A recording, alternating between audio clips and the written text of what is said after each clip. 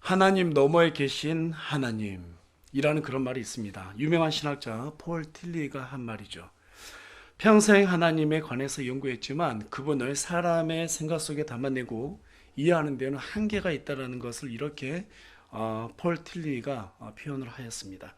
저는 이 말이 오늘 우리가 본문 시편 139편을 한마디로 가장 잘 표현해 주는 그러한 말이 아닐까, 그렇게 생각을 해보게 됩니다. 이 시편 139편은 다윗의 시편입니다. 다윗의 시편들을 보게 되면 여러분, 다윗은 늘 하나님만 생각하고 그분에 관한 생각을 한시도 놓지 않으려고 발버둥을 쳤던 그러한 사람이라는 것을 저와 여러분이 알 수 있습니다. 아는 만큼 보인다는 말이 있죠.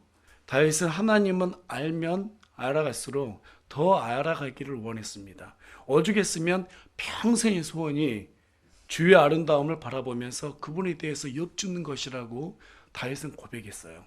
이 말은 평생 그분을 경험하면서 그분이 도대체 어떤 분인지 그분에 대해서 계속해서 엿듣고 하나님은 도대체 어떤 분이세요? 라고 하면서 알아가고 싶다라는 그런 의미를 담은 말입니다. 그런데 이상하게도 그분에 관해서 알아가면 알아갈수록 다윗이 그 아름다움의 끝이 어딘지 모르겠다라는 거예요. 끝도 없이 양파 껍질만큼 계속해서 나오잖아요. 무한대로 그분의 아름다움이 계속 드러나는 거예요. 그래서 그분에 관해서 더 깊이 빠져들고 더 알아가고 싶다라는 것을 다윗이 오늘 시편 139편에 기록을 해 놓았어요. 그래서 다윗이 기록한 이 시가 바로 어떻습니까? 여기에 보면 놀랍다는 표현이 반복해서 기록됐다는 것을 우리가 알 수 있게 되고요. 또 하나님이 나를 아셨습니다. 정말 그 부분에 대해서 얼마나 감사한지 이 시편 139편 한 편에 시로 기록해 두었습니다. 여러분, 우리 하나님은 놀라우신 분이십니다. 우리 하나님은 아름다우신 분이십니다. 그 아름다움의 끝은 우리가 헤아릴 수가 없습니다. 그래서 폴 틸리가 말한 대로 하나님 너머에 계신 하나님, 하나님 너머에 계신 하나님. 한 번 사는 인생, 저와 여러분도 다윗처럼 하나님의 그 아름다움을 경험해보고 인생을 마감해야 되지 않겠습니까? 정말 하나님의 아름다움, 그것을 계속해서 경험하면서 다윗처럼 정말 하나님이 어떤 분인지 더욱더 알아가기를 애쓰는 그런 인생이 되길 바랍니다. 아무리 우리가요 금강산이 아름답다고 해도 100번 1000번 듣는 것보다 백문이 불여일견이라고 한번 가서 보는 게 낫잖아요. 그렇죠? 야고보서 4장 8절은 하나님께 가까이 나아가라, 그리하면 그분께서 너희에게 가까이 오시리라고 우리에게 약속을 해주셨습니다. 우리가 가까이 다가가면 그분은 우리에게 가까이 다가오세요. 그리고 그것을 너무너무나 기쁘게 여기십니다. 그렇게 되면, 그것이 반복이 되면 우리도 다윗처럼 하나님의 아름다움을 경험하고 정말 그분 안에 더욱더 깊이 들어가기 위해서 애쓰는 그러한 사람이 되지 않을까, 그렇게 생각하게 됩니다. 또 그렇게 되기를 소망합니다.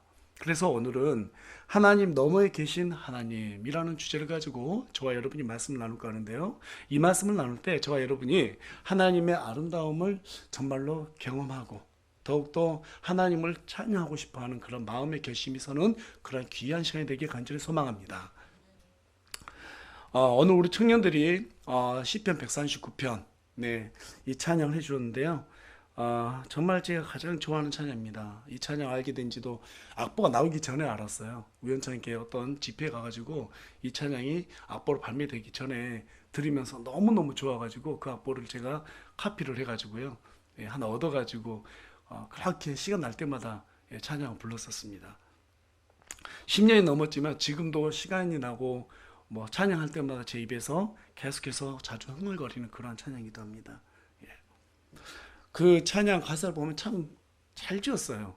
시편 19편을 잘 이렇게 편집한 것 같아요. 내가 주께 감사함은 날 지으심이 놀라워라. 주의 일이 기함을 내 영혼이 아나이다. 주의 생각 어찌 그리 사랑스럽고 귀한지요. 내가 만일 셀 수 있다면 모래보다 많으리라. 내가 주의 영을 떠나 어디로 가며 주의 앞을 떠나 어디로 피하리까. 주의 손이 나를 붙드시니 내가 주께 거하리라. 정말 아름다운 시 한 편이 아닐 수가 없습니다. 이 가사를 계속해서 이렇게 묵상해 보면 이보다 더 큰 위로가 어디 있을까? 이런 생각을 해보게 돼요. 다윗은 수도 없이 쫓겨다니고 어려운 험난한 일들을 경험하게 되었습니다. 그럼에도 불구하고 그가 버틸 수 있었던 것은 하나님, 그분께서 자신을 위해서 베풀어 주신 그 놀라운 섭리, 그 놀라운 섭리 때문에 그가 그 어려운 상황에서도 버티고 하나님을 찬양할 수가 있었습니다. 그 섭리가 저와 여러분에게도 가득하길 간절히 소망합니다. 정말 여러분들이 그 부분을 잘 깨닫고 하나님을 견고하게 붙들었으면 좋겠습니다. 오늘 저와 여러분이 읽은 시편 139편은 하나님의 그 놀라우신 신비에 관해서 세 가지 주제로 구분해서 다윗이 저작한 시입니다. 1절부터 6절까지는 나보다 나를 더 잘 아시는 하나님의 그 전지하심을 찬양하는 내용을 기록하고 있고요. 7절부터 16절까지는 하나님이 나를 만드시고 늘 보호하시는 분이심을 찬양하는 그러한 내용으로 기록이 되어 있습니다. 그리고 17절부터 마지막 24절까지는 하나님의 공의로우심을 찬양하는 그러한 내용을 기록하고 있어요. 오늘은 1절부터 16절까지의 내용을 중심으로 여러분과 함께 말씀을 나누고 다음 주에 나머지 내용을 좀 다루려고 합니다. 앞서 말씀드린 바와 같이 1절부터 6절까지는 우리를 아시는 하나님의 전지하심을 찬양하는 그러한 기록이라고 말씀을 드렸어요. 얼마나 하나님이 우리를 잘 아시는지 다윗은 1절부터 4절까지 각 구절마다 뭐라고 반복해서 단어를 이렇게 삽입해놨냐면 아셨나이다. 아셨나이다. 이 말을 계속해서 반복하고 있습니다. 여러분, 저와 여러분이 지난주에 아합에 대해서 살펴봤습니다. 열왕기상 22장에 있는 이 아합이 죽는 장면 살펴봤는데요. 아합이 죽은 이유는 하나님이 자기에 대해서 자기가 그 죄를 감추면 하나님이 모를 거라고 그렇게 생각을 했습니다. 그래서 의도적으로 하나님을 속였습니다. 하지만 하나님은 아합의 그 악한 마음을 아시고 수많은 군사들 중에 그가 사병의 옷차림으로 변장을 했지만 하나님은 자신의 활로 어떻습니까? 아합을 정확하게 겨냥해서 심판을 했던 그런 대목을 우리가 살펴봤었는데요. 결정적으로 이것이 바로 아합과 다윗의 차이점이고 또 악인들과 의인의 차이점이라는 거예요. 저와 여러분 다 죄인이죠. 네, 별로 죄인이 아닌 것 같은데 다 죄인이에요. 죄인이에요. 자꾸 우리가 죄인이다 그러면 기분이 좋아요, 안 좋아요? 그렇게 좋지는 않습니다. 그렇죠? 하지만 하나님께 감사하는 것은 이 죄인에게 하나님이 다가가신다는 거예요. 근데 자기가 죄인이라는 것을 까먹고 자기 어떤 탐욕에 이끌려서 그 죄를 자꾸 어떻습니까? 회개하지 않으면 하나님은 그 사람은 악인으로 간주하는 거예요. 우리가 매일같이 우리 자신을 살펴보고 우리의 중심을 살펴보고 하나님께서 내 중심을 어떻게 바라보고 계시는가, 이 부분에 대해서 우리가 매일같이 묵상하게 되면 우리도 정말 다윗처럼 그렇게 하나님을 깊이 있게 찾지 않을까 싶습니다.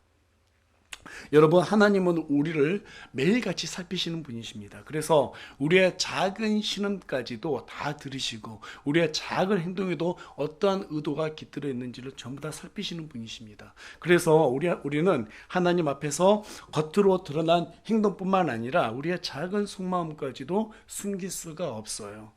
그런데 중요한 것은 다윗이 지금 이 대목에서 모든 사람을 살피시고 아셨다라고 말하고 있지 않습니다. 여러분들 1절부터 한번 4절까지 쭉 보세요. 나를 아셨나이다, 이렇게 표현하고 있습니다. 나를 아셨나이다. 예레미야서 29장 13절에 가서 보면 또 너희가 너희 마음을 다하여 나를 찾으면 나를 찾고 나를 만나리라, 이렇게 말하고 있습니다. 우리 하나님은 자신을 찾는 자의 하나님이세요. 자신을 찾는 자의 하나님이세요.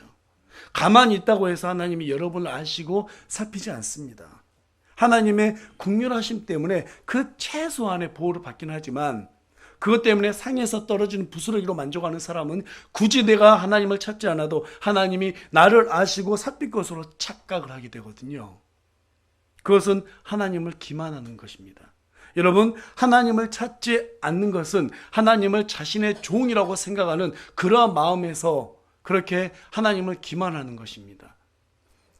생각은 그렇지 않다 할지라도 우리의 행동이 그렇다면 그 또한 죄인 것입니다. 하나님은 우리가 그분을 찾고자 할 때 만나주시고 우리가 가까이 가고자 할 때 가까이 다가와 주시는 그러한 분이세요. 그래서 시편 9편 10절은 주의 이름을 아는 자들이 주를 신뢰하리니 주여 주께서 주를 찾는 자들을 버리지 아니하셨나이다 라고 그렇게 기록하고 있습니다. 또 잠언 8장 35절에 가서 보면 누구든지 나를 찾는 자는 생명을 얻고 주의 호의를 얻으리라. 하나님은 자기를 찾는 자가 있다면 누구든지 버리지 않습니다. 누구든지 하나님의 생명을 주시고 그 사람에게 호의를 베푸시는 분이세요. 다윗은 그런 하나님을 너무나 잘 알고 있었어요. 너무나 잘 알고 있었어요. 그래서 하나님을 신뢰했습니다. 그리고 매일같이 하나님을 찾았어요. 그리고 마침내 그가 뭐라고 고백합니까? 하나님이 나를 아셨나이다. 여러분, 다윗처럼 정말 그렇게 우리 또한 어떻습니까? 하나님 앞에 하나님이 저를 아셨습니다. 하나님이 저를 살피십니다. 라고 그렇게 고백할 수 있어야 되지 않겠습니까? 예. 하나님이 우리를 알게 하려면 우리가 그분을 찾아야 합니다. 가까이 가야 합니다. 잠언 8장 17절은 나를 사랑하는 자들을 내가 사랑하느니 일찍 나를 찾는 자들이 나를 만나리라 라고 그렇게 약속하고 있습니다. 여러분, 그냥 찾지 말라는 거예요. 막 버티다가 어쩔 수 없어서 마지막 밑자 번제니까 라는 생각을 하나님 찾지 말라는 거예요. 어떤 기쁜 일이 있건 어떤 슬픈 일이 있건 하나님은 일찍 찾으라고 지금 잠언 8장 17절 통해서 우리에게 알려주고 있어요. 먼저 찾으라는 거예요. 먼저 찾으라는 거예요. 내가 할 일 다 하고 나서 하나님을 찾지 마시기 바랍니다. 여러분, 어떤 일이 있건 좋은 일이건 기쁜 일이건 하나님을 먼저 찾으십시오. 참 놀라워요. 일찍 찾는 자들을 하나님 만나주신대요. 그래서 다윗 봐보세요. 어떤 일이 생기면 바로 무릎 꿇어요. 그리고 일찍 하나님을 찾아요. 그런데 참 감사하죠. 하나님 일찍 찾는 자들에게 먼저 만나주신다는 거예요. 예. 우리가 왜 고생하는 줄 아세요? 우리 할 거 다 해보고 우리의 생각대로 다 해보고 하나님 마지막에 찾거든요. 그러니까 하나님 그때까지 딱 팔짱 끼고 있어요. 한번 다 해봐. 그리고 딱 무릎 꿇을 때까지 기다리세요. 그때 하나님 응답해 주세요. 네. 왜 고생하고 일 처리를 하려고 하는지 모르겠어요. 고생하기 전에 하나님 앞에 먼저 납작 엎드리면 하나님께서 지금 만나 주신다고 분명히 말씀하고 있잖아요. 믿으십니까? 네. 그래서 여러분, 기쁠 때도 어려울 때도 하나님이 일찍 찾으시기 바랍니다. 그때 하나님의 눈이 우리의 모든 처지를 살피기 하게 될 것입니다. 어느 정도로 우리 하나님이 우리의 모든 처지를 살피십니까? 우리 다 같이 2절부터 4절까지 말씀 읽어보도록 하겠습니다. 시작. 주께서 나의 앉고 일어서는 것을 아시고 멀리서도 나의 생각을 이해하시오며 나의 행로와 나의 눕는 것을 둘러싸심으로 나의 모든 길을 익히 아시오니 벗어서 주여 내 혀의 말 중에 주께서 알지 못하는 것이 단 하나도 없나이다. 지금 보니까 우리 하나님께서 우리를 어느 정도 아시고 살피시냐면 우리가 앉고 일어서고 다시 말해서 집에 있든지 밖에서 일하든지 다 아신다는 거예요. 네. 뿐만 아니라 우리가 집에서 자고 일어나는 것까지도 다 알고 계시고 또 우리가 말하는 거 그 모든 것까지도 전부 다 알고 계신다는 거예요. 그것을 다윗이 지금 5절에 뭐라고 표현하고 있냐면요. 주께서 나를 앞뒤로 에워싸시나이다. 예. 내가 하나님을 찾았더니 하나님께서 나의 모든 것을 전부 다 보고 계시고, 그렇죠? 그리고 내 모든 죄를 다 에워싼다는 거예요. 근데 거기서 그치지 않았어요. 주의 손을 내 위에 얹으셨나이다. 여러분, 하나님의 손은 전지전능한 손이에요. 전능한 손이에요. 그 손을 우리에게 얹었다는 거예요. 얹었다는 거예요. 그 어떤 문제도, 그 어떤 어려움도, 그 어떤 고통도 이 사람을 해하지 못한다는 거예요. 그래서 다윗이 10편 24편에서 뭐라고 말합니까? 내 잔이 넘치나이다. 내 잔이 넘치나이다. 참 얼마나 감사한지 몰라요. 예. 지금 이 내용을 쭉 보게 되면요, 마치 부모가 물가에 어린 아이들이 놀고 있는데 어떻게 잘못할까 봐 계속 보고 있어요. 혹시 또 거기 넘어지면 일으켜 주려고 손을 준비해 두셨어요. 여러분, 이렇게 친밀한 하나님을 경험해봐야 되지 않겠어요? 이렇게 친밀한 하나님을 경험해 보지 못하면 다윗이 적은 이 시편을 우리는 그냥 문자로만 읽고 끝나요. 친밀한 하나님을 경험해 보지 못하면 이 시편은 100번, 1000번 읽어도 은혜가 안 돼요. 하나님을 체험하셔야 돼요. 정말 하나님이 이런 분이구나 라는 것을 우리가 체험해야 돼요. 그렇게 체험하시는 저와 여러분이 되길 소망합니다. 네. 자, 여러분, 이삿이 다윗에게 얼마나 감격스럽던지 이제 다윗이 6절과 같이 고백하게 되는데요. 우리 6절도 큰 목소리로 한번 읽어보겠습니다. 시작.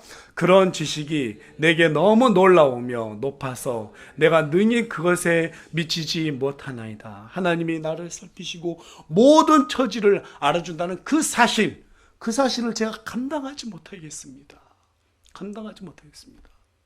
제가 가끔 하나님께 기도합니다. 그리고 그 기도가 정말 말이 안 되는 방법으로 이루어질 때, 그때는요, 기도하기 전에는 그 기도가 응답되는 것을 정말 바랬는데요, 막상 기도가 응답되잖아요.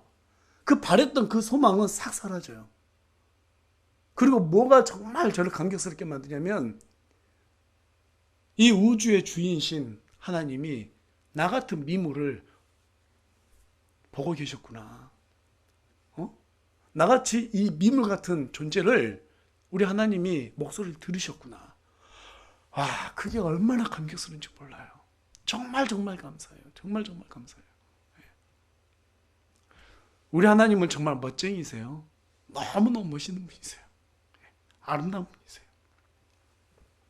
여러분, 가까운 사람이 나에 대해서 알아주고 인정해줘도 정말 고맙고 감사하고 감동이 되는데, 하늘과 땅을 창조하신 그 전능하신 하나님이 저와 여러분을 안아준다는 그 사실이 얼마나 놀랍고 경이로운 일이십니까? 네. 비단 하나님이 다윗만 하셨을까요? 아니에요. 하나님이 다윗처럼 우리가 하나님을 찾으면 하나님도 우리를 그렇게 가까이 와서 만져주신다는 거예요. 그런데 우리는 이 시점에서 한 가지 생각해 봐야 될 것이 있어요. 과연 우리는 하나님에 대해서 얼마나 알려고 그러고 얼마나 살피고 있냐는 것입니다. 호세아서 6장 3절에 가서 보면 호세아 대언자가 이런 말을 합니다. 우리가 계속해서 주를 알고자 하면 그때 우리가 알리라. 우리는 우리 자신의 일에만 관심이 너무나 많이 몰두되어 있습니다. 우리 지금 한 주간의 삶을 하고 이 예배당에 가서 예배 드리고 있잖아요. 여러분, 한 주간 삶만 돌아보세요. 20년, 30년, 50년 돌아볼 거 없어요. 한 주간만 삶만 돌아봐도 우리가 얼마나 하나님에 대해서 알려고 했나. 정말 예배 끝나고 집에 돌아가면 싹 잊어먹고, 월요일이니까 또 일에 집중하다 보면 하나님을 잊어버리고, 그렇죠? 어떤 일이 생겨서 짜증스럽고 힘든 일이 생기면 또 거기에서 우리의 습관대로 막 짜증내고, 그렇죠? 사람을 원망하는 게 우리가 그냥 몸에 다 체득이 돼 있어요. 그런 일이 생길 때마다 하나님께서 이 일을 통해서 나에게 뭘 알려주시려고 그럴까? 그런 생각들을 잘 하지 않게 됩니다. 특별히 어려운 일이 있으면, 어려운 일이 아니면 하나님을 찾지도 않고 알려고 하지 않는 그러한 나태한 습성이 우리한테 다 있거든요. 그런데 이 다윗의 시편을 보니까 그 부분을 깨트려야 된다라는 그런 깨달음이 오지 않습니까? 항상 필요할 때만 찾는 떼쓰는 아이처럼 우리가 그렇게 신앙생활하고 있지 않는가? 우리 자신 좀 돌아봤으면 좋겠어요. 여러분, 떼쓰는 것이 나쁘다는 것이 결코 아닙니다. 떼쓰세요. 떼쓸 때가 되면 괜찮아요. 그런데 하나님을 알고 떼쓰는 것하고요, 모르고 떼쓰는 것은 하늘과 땅 차이입니다. 저는 성경 인물들 중에서 가장 흥미로운 인물이 한 사람이 누구냐면 욥입니다. 욥은 정말 하나님을 기가 막히게 잘 알고 떼쓴 사람이에요. 욥은 하나님이 공의롭고 긍휼이 많다는 사실을 누구보다도 잘 알고 있었던 사람입니다. 그래서 아시라 사람들을 두고 몹시 하나님을 못마땅하게 여겼어요. 그런데도 하나님은 그런 욥에게 질책하지 않습니다. 오히려 어린 아이에게 타이듯이 그를 다루시는 것을 욥기서를 통해서 우리가 알 수 있게 됩니다. 왜 그렇습니까? 하나님이 원수 시라를 용서하는 모습을 보고 욥이 질투했거든요. 왜 하나님께서 선택하신 이 백성을 괴롭히는 저들까지도 용서해 주세요? 하나님 어차피 그들이 용서해 줄 거잖아요. 그들이 회개하면. 난 저들이 회개 안 하고 심판받기를 원해요. 그래서 순종 안 했던 거거든요. 야, 나중에 가서 회개를 외쳐. 그랬더니 정말 성의 없이 가서 야, 너희들 망해라고 이렇게 회개하라고 말하고 왔습니다. 근데 그들이 기분 나쁘게 회개하는 거예요. 그래서 우리 하나님께서 그 부분을 용서해 준 걸 보면서 욥이 참 상당히 못마땅해 하죠. 그런데 욥기를 보게 되면 하나님이 그런 욥을 책망하지 않는단 말이에요. 그냥 떼쓰고 그런 것을 보면서 용서해 주시고 그냥 그 욥을 그대로 어떻습니까? 어루만져 주신 것을 보게 됩니다. 욥기를 읽어보면 사뭇 다른 하나님을 좀 발견하게 되는 것 같아요. 사람도 대상이 누구냐에 따라서 모두 다르게 대하듯이 하나님도 사람마다 다 다르게 대한다는 것을 알 수 있게 됩니다. 목숨 걸고 순종했던 아브라함에게 하나님은 엄청난 거부가 되게 하셨습니다. 온유했던 모세에게 하나님은 가장 큰 기적으로 그를 높여주었습니다. 껌딱지처럼 하나님 곁에 달라붙었던 다윗에게는 날마다 그를 원수들로부터 보호하여 주셨습니다. 이들이 그와 같은 복을 누리게 된 것은 하나님이 어떤 분인지 너무나 잘 알고 있었기 때문입니다. 하지만 여러분, 여기에서 진짜로 그들이 복을 누리게 된 것은요, 그분의 도구로 쓰임 받았기 때문입니다. 그분의 도구로 쓰임 받기 위해서 작정했기 때문입니다. 만일 다윗이 잘 먹고 잘 살려고 하는데 목적을 두었더라면 다윗은 하나님을 수단으로 생각했을 것이고 하나님은 그런 다윗을 사용하지 않았을 것입니다. 다윗이 되게 한 것은 다윗 자신이 하나님께 자신의 전부를 드렸기 때문입니다. 다윗처럼 우리가 하나님께 드려질 때 우리에게 하나님의 복은 그제서야 실체가 되어서 다가온다는 그 사실을 믿으시기 바랍니다. 여느 교회들처럼 목사에게 절하고 빚내서 건축한 것만 해서 하나님의 복이 그들에게 찾아오는 것이 아닙니다, 여러분. 하나님의 말씀에 순종했을 때 찾아오는 것입니다. 그러한 간증들은 모두 다 거짓말입니다. 그런 간증에 속기 때문에 사람들이 하나님과 여전히 거래하려고 하는 거예요. 하나님은 우리의 모든 것을 다 아시는 분이십니다. 거래한다고 해서 속는 분이 아니세요. 그래서 13절하고 14절에 뭐라고 말합니까? 우리 다 같이 13절하고 15절 읽어보겠습니다. 시작. 주께서 내 콩팥을 소화하셨으며 내 어머니 태에서 나를 덮으셨나이다. 15절 읽어봅니다. 내가 은밀한 가운데 만들어지고 땅의 가장 낮은 부분들에서 묘하게 꾸며졌을 때 나의 실체가 주께 숨겨지지 아니하였나이다. 여러분, 하나님이 태에서부터 인간의 육체를 이렇게 조성하고 만드셨어요. 그리고 그 육체 속에다가 인간의 영과 혼을 불어넣으셨습니다. 육체의 영과 혼을 가려운 분이 하나님이라면 하나님은 자신이 원할 때 얼마든지 그 본질을 드러내게 할 수 있을 것입니다. 그래서 이제 다윗이 뭐라고 고백합니까? 우리 다 같이 7절하고 8절도 읽어보도록 하겠습니다. 시작. 내가 주의 영을 떠나 어디로 가리이까? 혹은 내가 주의 앞을 떠나 어디로 피하리이까? 내가 하늘로 올라갈지라도 주께서 거기 계시오며 내가 지옥에 내 침상을 펼지라도 벗어서 주께서 거기 계시나이다. 유명한 철학자 세네카는 이런 말을 했습니다. 그대가 어느 곳에 가더라도 바로 그곳에서 신을 만나게 되리라. 네. 다윗은 여러분 어떤 사람이었습니까? 세상 사람들이 모두 다 부러워하는 왕이 되어보기도 했고요. 돌멩이 하나로 아무도 건드리지 못했던 골리앗을 쓰러뜨려서 모든 사람들의 찬사를 다 받아봤던 사람입니다. 그런데 그 어떤 영광이 순간 교만함으로 바뀌어서 자신도 모르게 자신에게 가장 충성했던 바세바를 죽이고 그 아내를 강제로 취하는 엄청난 큰 죄를 짓게 됩니다. 그때 하나님께서 다윗을 죽이기로 작정했습니다. 하지만 나단을 보냈을 때 하나님께서 그를 용서해 주시는 걸 보게 됩니다. 거기에서 다윗이 뭘 깨닫냐면 천국과 지옥을 오가는 경험을 한 거예요. 자기가 높여져서 최고의 기쁨을 누려보기도 했고 정말 하나님으로부터 어려움을 당해서 자식들이 죽어나가고 쫓겨다니는 그런 신세를 경험하면서 정말 땅 아래에 있는 지옥에까지 내려오는 그런 경험까지 했습니다. 그런데도 다윗이 말하는 것이 뭐냐면 하나님이 어디 가든 다 있더라. 이걸 지금 고백하고 있는 거예요. 네. 자신이 어떤 상황에 놓였든지 하나님은 그 모든 것을 전부 다 아시고 그곳에 계신다는 거예요. 그래서 이제 9절하고 10절 가서 보니까 내가 아침의 날개들을 취하여 바다의 맨 끝 지역에 들어가서 거할지라도 거기서도 주의 손이 나를 인도하시며 주의 오른손이 나를 붙드시나이다. 여러분 9절에 가서 보니까 아침의 날개들이 무엇을 뜻하냐면요, 여러분 말라기서 한번 가볼까요? 말라기서 4장 2절입니다. 한번 가보겠습니다. 말라기서 4장 2절 우리 다 같이 한 목소리 읽어보겠습니다. 예, 시작. 그러나 내 이름을 두려워하는 너희에게는 의의 해가 자기 날개들 안에 병 고친 능력을 가지고 떠오르니 너희가 나아가서 요한가리 송아지들이 자라리라. 자 보니까 너희에게는 의의 해가 자기 날개들 안에 있다 이렇게 말하고 있어요. 그러니까 지금 여기에서 아침의 날개들이라고 하는 것은 햇살을 얘기하는 거예요. 해가 다 떴을 때 햇살이 쫙 세상을 비추잖아요. 그렇죠? 예, 그런 햇살 얘기합니다. 여러분 햇빛이 얼마나 빨라요? 어마어마하게 빠르죠? 예, 그 어마어마하게 빠른 햇빛처럼 자신이 바다 끝에 있는 어떤 섬에 가서 있다 거할지라도 하나님의 눈은 그 사람을 본다는 거예요. 예, 그 사람을 본다는 거예요. 그리고 찾아오신다는 말씀입니다. 그렇다면 왜 하나님이 우리를 찾아오시는가? 여러분 말로 하늘과 땅을 다 창조하셨습니다. 그렇죠? 그런 하나님이 도대체 뭐가 아쉬워서 뭐가 부족해서 사람을 찾을까요?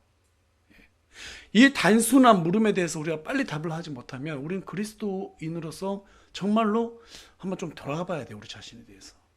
무엇 때문에 우리 하나님께서 우리를 지켜보시고 살피시고 우리를 찾아오실까요? 그 이유는 간단해요. 우리와 함께하고 싶어서 그래요. 우리와 함께하고 싶어서요. 그게 하나님의 유일한 기쁨이에요. 우리가 하나 되는 게 하나님의 기쁨입니다. 오직했으면 예수님의 또 다른 이름이 뭡니까? 임마누엘. 그렇죠? 우리와 함께 계시는 하나님. 이것이 바로 우리가 하나님을 찾아야 되는 이유입니다. 우리가 하나님과 하나가 될 때 그분의 오른손이 우리를 인도하고 붙드신다는 것입니다. 하지만 여러분, 하나님이 우리와 하나가 되었다고 해서 어려운 일이 없는 것은 아닙니다. 성경은 우리가 아무런 어려움 없이 늘 평안할 거라고 그렇게 보장하는 말을 해주지 않고 있습니다. 오히려 그 반대죠. 우리 다 같이 이사야서 한번 볼까요? 이사야서 43장 한번 가보겠습니다. 이사야서 43장 2절 같이 읽어보겠습니다.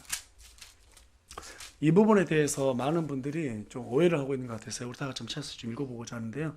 읽어보겠습니다. 시작. 내가 물 가운데로 지날 때 내가 너와 함께 하리라.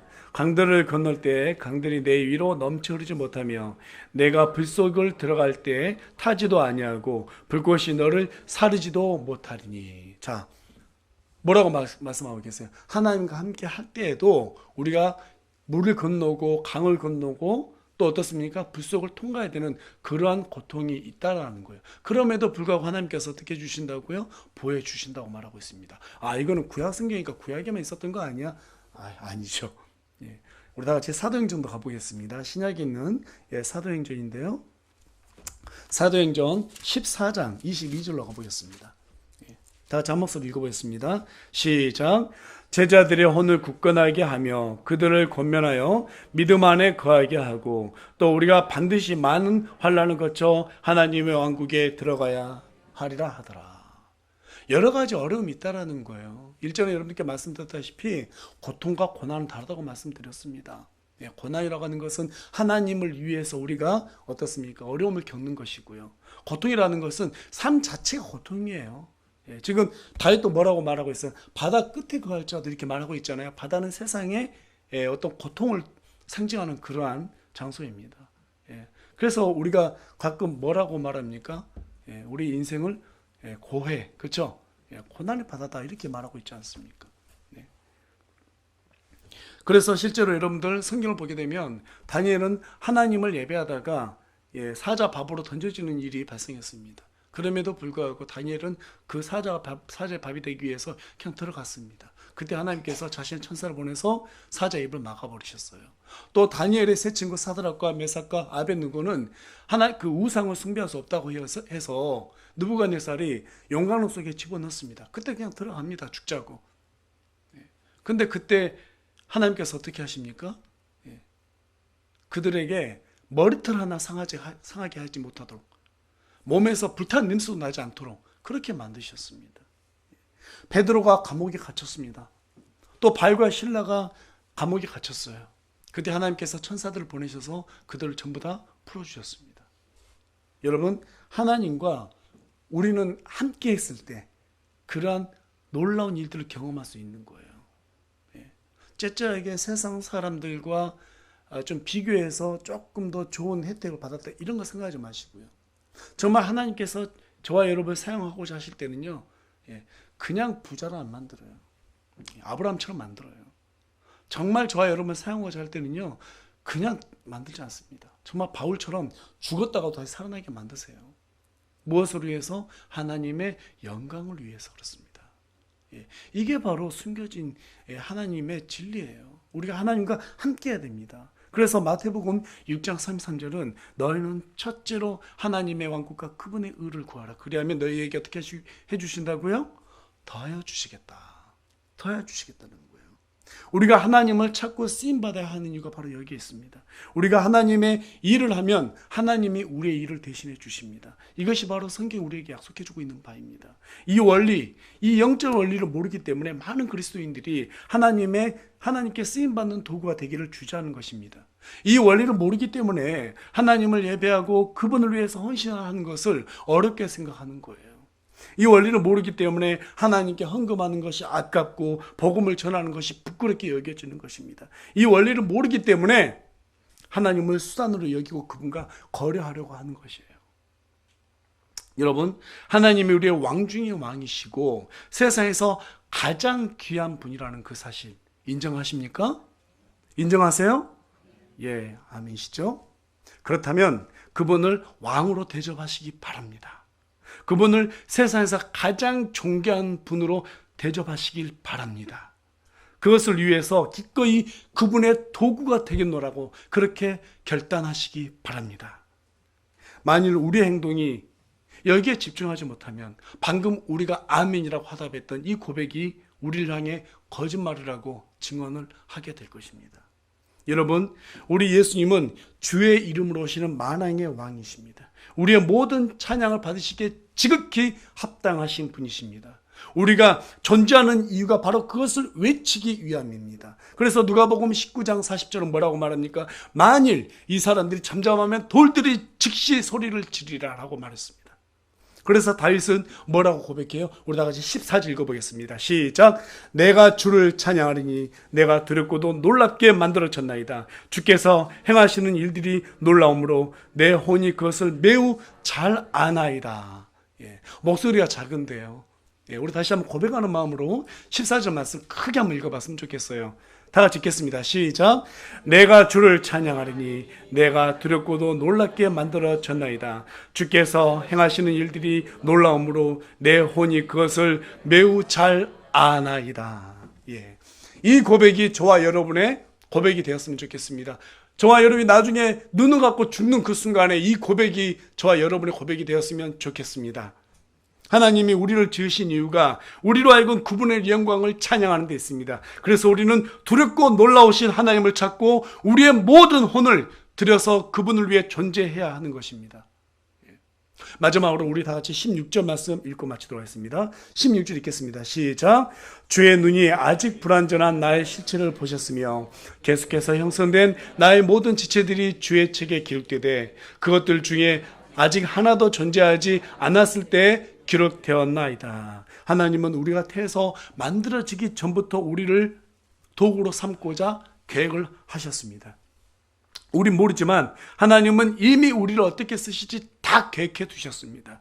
그것을 우리가 발견하지 못했던 것은 그동안 다른 이유를 위해서 하나님을 찾았기 때문입니다. 이제 다윗처럼 그분의 도구로 쓰임받기 위해서 결심하고 그분을 찾길 바랍니다. 그리고 오스왈드 챔버스 목사님이 말씀하셨던 대로 최상의 우리 주님께 우리의 최선을 드리겠다고 그렇게 작정하시기 바랍니다. 그러면 하나님은 저와 여러분을 자신의 합당한 도구로 여기시고 기꺼이 우리를 만나주시고 우리를 사용해 주실 것입니다.